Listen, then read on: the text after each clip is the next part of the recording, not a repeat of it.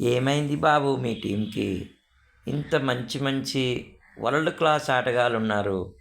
Travis head కావచ్చు, Klaasen కావచ్చు, అభిషేక్ శర్మ ఒకర్లా అండి, నితీష్ రెడ్డి గారు కావచ్చు. ఇంత మంచి కెప్టెన్, కూల్ కెప్టెన్ ఉన్నటువంటి ఈ టీంకి అసలు ఏమైందండి?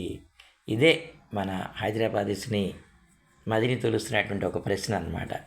ర్యాక్లెస్నెస్ అనాలా, లేకపోతే పార్ట్నర్షిప్ బిల్డ్ చేయడంలో ఫెయిల్యూర్ అనాలా, లేకపోతే సరైన ప్రాక్టీస్ ఉందా లేదా మనం చూడకుండా చెప్పలేం కదండి.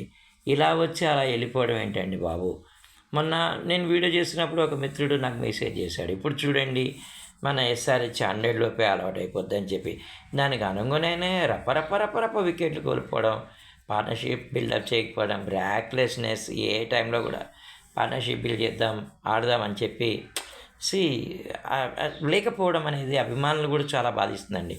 ఈ సమయంలో మనం కావ్యమారన్ గారి వెంట నిలవాలి. నిజంగానే కమాన్ ఎస్ఆర్హెచ్ అంటూ మనం ఒక నినాదం ఇవ్వాలి. ఇక నాలాంటి ఎస్ఆర్హెచ్ని విపరీతంగా అభిమానించే వాళ్ళైతే ఈరోజు మేడంగాన్ని తీసుకొని అయితే గుడికే వెళ్ళి వచ్చానండి బాబు.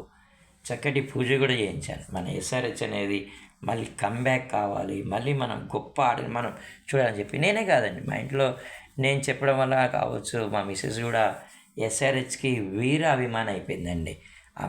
ఏ మ్యాచ్ చూడదు ఆమె, మన ఎస్ఆర్హెచ్ ఆడుతున్నప్పుడు మాత్రం తప్పనిసరిగా. అంటే స్వార్థం అనేది ఉండాలా, ఉండకూడదు కదండి. మంచి గేమ్ చూడాలి, ఓడిపోయినా పర్లేదండి, దగ్గరికి వచ్చి ఓడిపోవాలి. నిన్న చూసారా ముంబై మ్యాచ్ 12 runs తేడాతో అనుకుంటూ ఓడిపోయారు.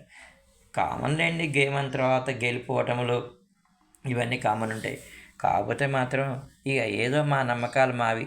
చక్కటి ప్రార్థన చేయడం వల్ల వారికి మంచి శక్తి చేకూరుతుంది, గెలుపు బాటలో వారు పయనిస్తారని చెప్పి. అది కూడా చూడండి, మేడం గారు ఎస్ఆర్హెచ్ గెలుపు కోసం ఆశతో ఎదురు చూస్తున్నారు. వారు చూడాలి, నెక్స్ట్ మ్యాచ్ గెలవాలి మనం.